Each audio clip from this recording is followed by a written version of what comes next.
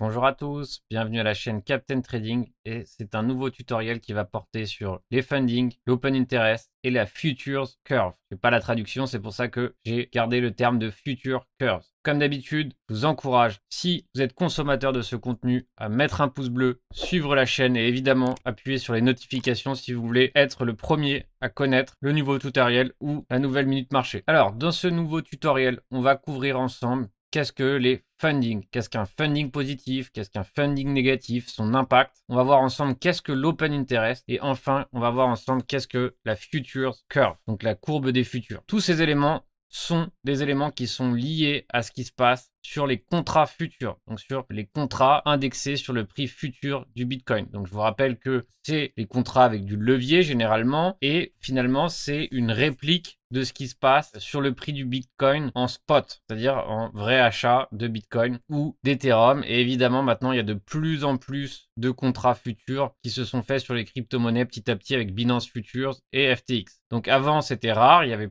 pas beaucoup de contrats, maintenant il y en a beaucoup. Donc, ce qui fait que finalement, lorsqu'on trade sur ces contrats, on n'achète pas l'actif, on trade simplement sur la valeur future de ce contrat. Donc les contrats futurs sont extrêmement populaires sur le marché des matières premières et maintenant il est devenu extrêmement populaire sur le Bitcoin et les cryptoactifs, ce qui fait que souvent il y a des variations de prix extrêmement importantes à la baisse tout simplement parce que beaucoup de particuliers se font liquider. Sachant que les futurs sont omniprésents dans le marché des cryptos, analyser ce qui se passe sur les contrats futurs est souvent extrêmement pertinent et c'est d'ailleurs un indicateur que j'utilise très souvent. Les funding, l'open interest et enfin la courbe des futurs. Donc on va voir d'abord qu'est-ce que le funding. J'en parle souvent, donc c'est le moment, c'est l'occasion finalement d'expliquer concrètement qu'est-ce que j'entends par funding. Alors il y a un site que j'utilise souvent pour repérer les funding, c'est viewbase.com. Donc ici, en cliquant ici sur Funding Rate, on peut obtenir les prochains funding. Alors qu'est-ce que ça signifie ces pourcentages qui sont ici? C'est la commission que un contrat, qui soit long ou short, doit payer pour pouvoir garder sa position. Alors lorsqu'on a un funding positif, comme on peut le voir dans ce cas de figure, les longues, les acheteurs doivent payer 0,01% au short. Donc comme on peut le voir, c'est un taux qui est relativement faible. Ici, à l'inverse, comme vous pouvez le voir, on a un funding négatif. Ça veut dire qu'on est payé actuellement sur Binance toutes les 8 heures, ou en tout cas les prochaines 8 heures, 0,0063. Donc, dans ce cas de figure, c'est les shorts qui payent les longues. Funding négatif, les shorts doivent payer. Funding positif, les longues doivent payer les shorts. Donc finalement, c'est ce qui va faire en sorte que les prix se régulent sur le marché des futurs. Alors généralement, qu'est-ce qui se passe? Le cas de figure le plus courant, c'est les funding positifs. Alors, lorsqu'on a un funding positif comme actuellement, le prix est relativement bas. Ça veut dire que finalement, il y a peu de volatilité sur le marché et les contrats futurs, le prix des futurs arrive à être relativement stable et relativement similaire au prix spot. Dans ce cas de figure, ça veut dire qu'il y a peu de spéculation pour l'instant avec du levier et qu'il y a peu de volatilité. Donc dans ces cas-là, qu'est-ce que ça veut dire? Ça veut dire que finalement, le marché est plutôt sain. C'est une consolidation saine, encore peu de levier. En revanche, qu'est-ce qui se passe lorsque le prix du Bitcoin explose à la hausse? On a finalement petit à petit un prix futur qui se dévie trop du prix spot. Et dans ces cas-là, qu'est-ce que fait la plateforme pour réguler cette variation de prix? Tout simplement, les funding augmentent. Donc ça, c'est la commission que vont devoir payer les longs qui augmentent. Alors, qu'est-ce qui se passe quand on a un funding extrêmement élevé?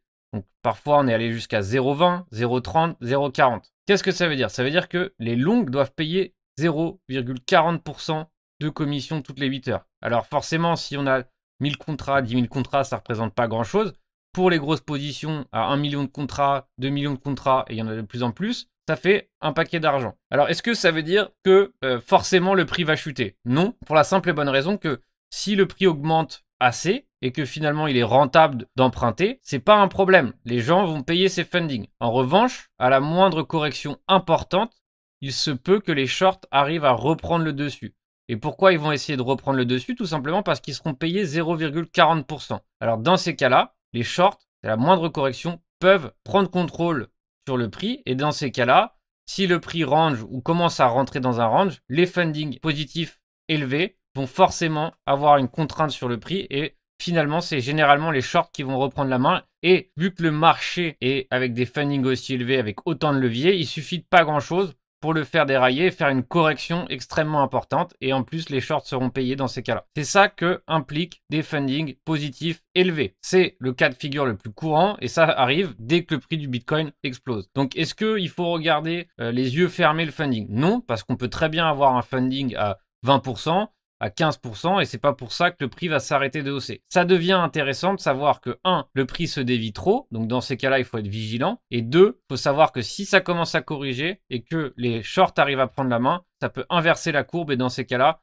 ça peut faire des vagues de liquidation et on peut en profiter en tant que trader. Funding négatif, c'est un cas de figure qui est beaucoup plus rare sur le Bitcoin parce que généralement, la majorité du temps, il est positif. Donc par exemple, on a eu une grosse vague de liquidation, on a eu des prix qui se sont variés énormément suite à la baisse. Et dans ces cas-là, qu'est-ce qui s'est passé? Ça veut dire que le prix des futurs était en dessous du prix spot. Alors, dans ce cas de figure qui est rare, pour réajuster le prix, c'est maintenant les shorts qui doivent payer les longs. Donc, dans ce cas de figure, qu'est-ce qui se passe? Le plus sûr, le plus courant et le plus évident, c'est que petit à petit, très rapidement, les longs reprennent la main, en tout cas au minimum jusqu'à que le funding soit retourner en positif ou à zéro. Et dans ce cas de figure, dès que possible, ça sera les longues qui arriveront à reprendre la main.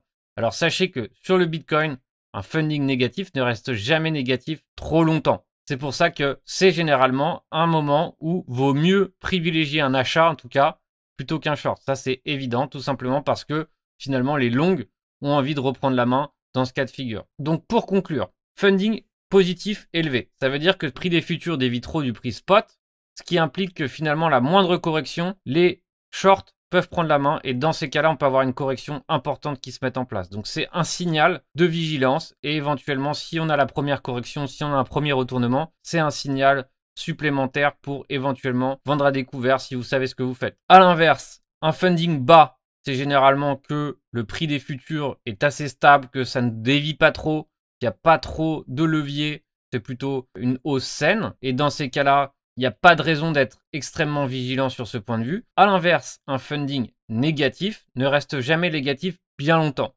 Donc ça veut dire que très rapidement, dès que possible, les longues reprendront la main et seront payées pour être longues. Et ça, généralement, c'est un cas de figure qui n'est pas souvent en place sur le Bitcoin. Alors, pour observer les fundings, je vous conseille évidemment Viewbase et je vous conseille évidemment d'aller faire des tours sur ici les fundings qui sont extrêmement négatifs pour la simple et bonne raison que si le funding est négatif et trop élevé, généralement, à un moment donné, les longues reprendront la main.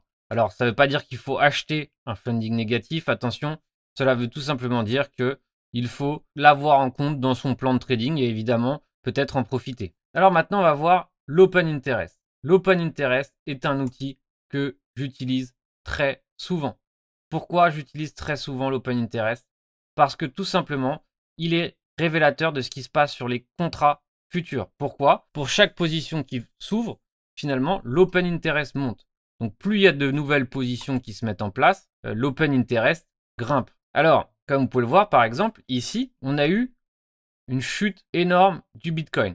Comme vous pouvez le voir, l'Open Interest a fondu. Pourquoi? Parce que toutes les positions qui ont été longues ont été soit liquidées, soit clôturées. Et dans ces cas-là, l'Open Interest baisse. Moins il y a de positions longues, moins il y a de contrats ouverts, plus l'Open Interest diminue. Plus il y a des contrats qui s'ouvrent, donc des longues qui s'ouvrent, plus il y a l'Open Interest qui monte. Donc qu'est-ce qui se passe? Pour un contrat, s'effectue d'une certaine façon. Pour un contrat acheté, il faut revendre ce contrat pour le clôturer. Donc ça veut dire que tout ça, c'est le nombre de contrats ouverts qui augmente. Donc par exemple, dans ce cas de figure, pourquoi on pouvait éventuellement se méfier de ce rebond? Tout simplement parce que ce rebond ne s'est pas fait de manière saine. Ce rebond s'est fait avec une hausse des leviers, une hausse de l'Open Interest de 15%, ce qui est très mauvais. Un rebond ne doit pas s'effectuer avec une telle hausse de l'Open Interest. Un rebond sain, c'est tout simplement un rebond avec un Open Interest stable. C'est très important de le comprendre. Plus il y a l'Open Interest qui augmente, plus les leviers sont attirés par ce prix, qui fait que finalement il suffit d'une étincelle pour finalement liquider ces leviers. Alors, l'Open Interest est un super indicateur de top. Pourquoi c'est un super indicateur de top? Tout simplement parce que si on a un range et qu'au sein même de ce range, l'Open Interest évolue à la hausse, c'est très mauvais signe.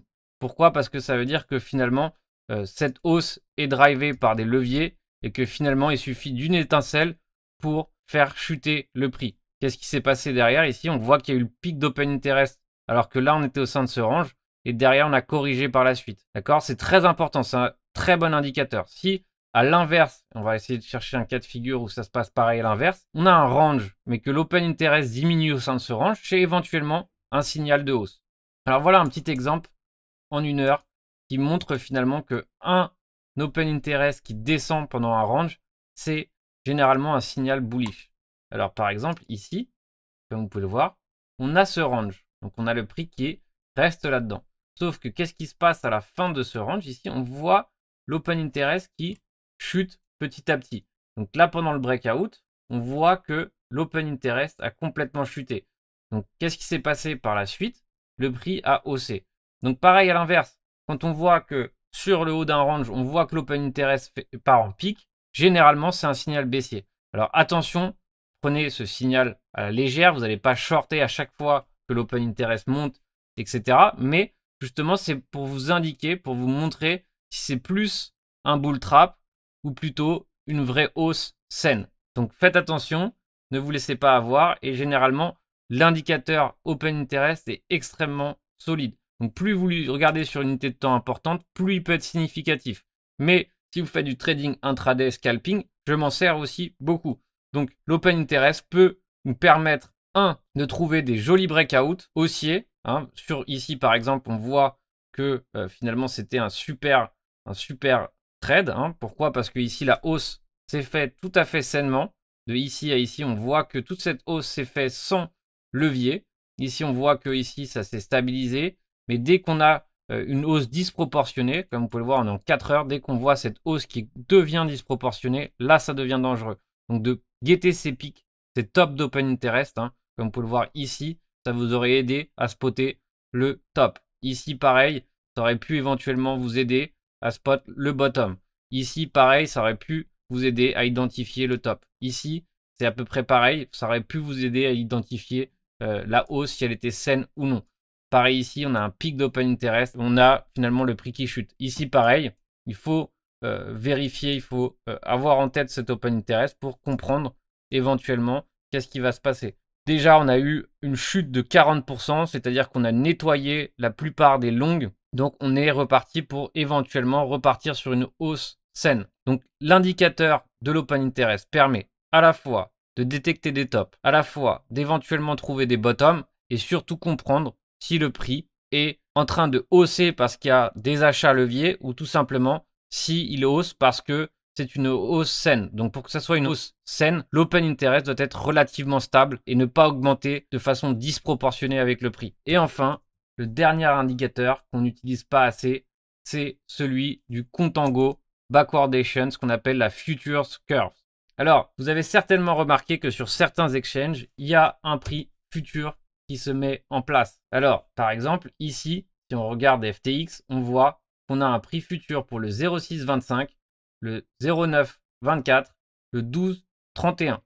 Ça, c'est-à-dire que c'est le 31 décembre. Ici, le 24 septembre et enfin ici, le 25 juin. Donc ça, c'est des contrats futurs à terme. C'est-à-dire que le 0,625, ce contrat se termine. Et quel est l'avantage d'avoir ce genre de contrat? C'est tout simplement qu'il n'y a pas de funding. On achète le contrat ici et on ne paye pas de funding. Donc ce prix généralement diffère du prix du Bitcoin. Donc là par exemple, qu'est-ce qu'on observe? On observe qu'il est relativement stable, il est relativement proche du prix du Bitcoin. Ça veut dire qu'il y a ce qu'on appelle un contango stable. C'est-à-dire que vraiment ici, la différence entre le prix spot actuel qui est de 40 261 et ici le prix futur à 40 568 est relativement proche. Ça veut dire qu'il y a très peu de primes. Ça veut dire que finalement, il y a moins d'intérêt sur la spéculation jusqu'au 25 juin. Donc il faut comprendre la notion de contango et backwardation. Un contango, c'est tout simplement lorsqu'il existe une prime entre le prix futur et le prix spot. C'est-à-dire que si ici il y a une prime, si ici finalement ce prix futur est plus élevé que le prix spot, c'est un contango. A l'inverse, si le prix futur est moins élevé que le prix spot, c'est une backwardation. Alors qu'est-ce que ça nous indique? lorsque c'est contango, ce qui est très souvent le cas du Bitcoin depuis un certain temps, depuis au moins le mois de janvier, où la plupart du temps il est en contango, cela indique finalement qu'il y a un intérêt pour acheter ce contrat. À l'inverse, si vraiment le contango devient une backwardation, dans ces cas-là, il y a un intérêt pour vendre et il y a une pression vendeuse qui s'exerce sur ce contrat. Alors, d'observer les primes, d'observer si les prix ici sont en backwardation, si le contango augmente, diminue, ça permet finalement de comprendre qu'est-ce qui se passe sur la spéculation à moyen terme. Pour le swing, qu'est-ce qui se passe? Est-ce qu'il y a un intérêt grandissant? Est-ce qu'il y a un intérêt soudain? Est-ce qu'il y a plus d'intérêt qu'avant? Est-ce qu'il y a un désintérêt? Et il faut très bien comprendre qu'en observant ce qui se passe sur cette courbe de futur, on peut observer finalement s'il y a un intérêt croissant ou pas pour ces actifs. Alors par exemple pour le Bitcoin, ici qu'est-ce que j'ai fait sur TradingView? Je vous invite à faire de même. On peut soit tout simplement calculer cette prime en pourcentage pour observer finalement si ce pourcentage grandit au fil des jours. Si on voit que soudainement il grandit, ça peut être généralement un signal avant l'heure que le prix du Bitcoin va éventuellement hausser. C'est-à-dire que généralement, c'est les professionnels qui utilisent ce genre de contrat. Généralement, encore une fois. Donc ici, qu'est-ce que je fais? Je me suis fait une liste qui s'appelle les premium, parce que ça vient de l'anglais premium. Alors qu'est-ce qu'on a ici? J'ai mis par exemple, ici le BTC 0924. Donc ici, comme vous pouvez le voir, le prix du BTC est plus élevé que le prix du BTC classique, qui actuellement est à 40 154. Donc il y a une prime ici, comme on peut le voir ici, le prix du 24 septembre est bien plus élevé que le prix du spot. Alors, comment je calcule cette prime? Alors tout simplement, on va utiliser l'outil TradingView qui nous permet ce genre de calcul. Donc, je vous conseille de le faire ainsi. Ici, on va mettre une parenthèse. Ici, on va mettre moins le prix spot de Coinbase éventuellement. On va refermer la parenthèse. On va diviser par le prix spot et on va multiplier par 100. Et comme ça nous donnera un pourcentage. Et comme vous pouvez le voir ici, ça nous a donné le pourcentage de 4. Donc ça veut dire qu'actuellement, le prix est à plus 4% de prime que le prix spot. Alors qu'est-ce que ça nous indique? Ça nous indique qu'il a quand même de l'intérêt pour spéculer à la hausse sur ce Bitcoin.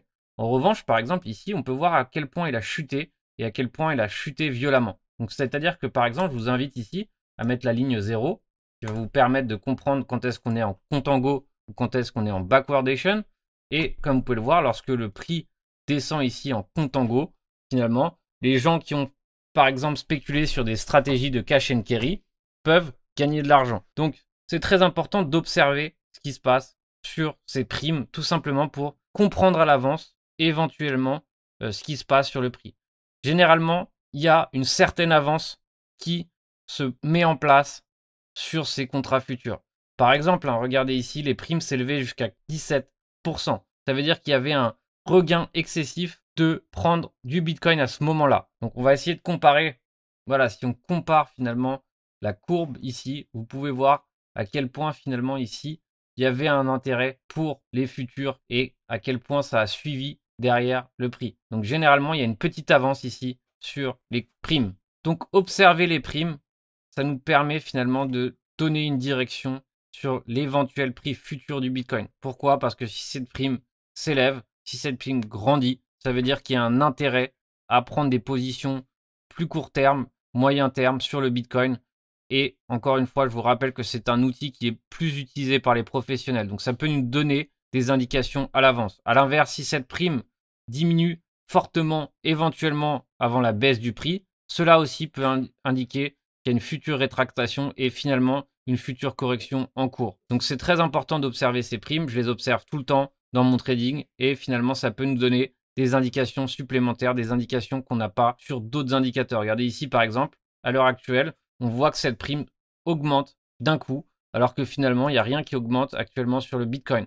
Donc c'est comme s'il y avait une certaine avance ici.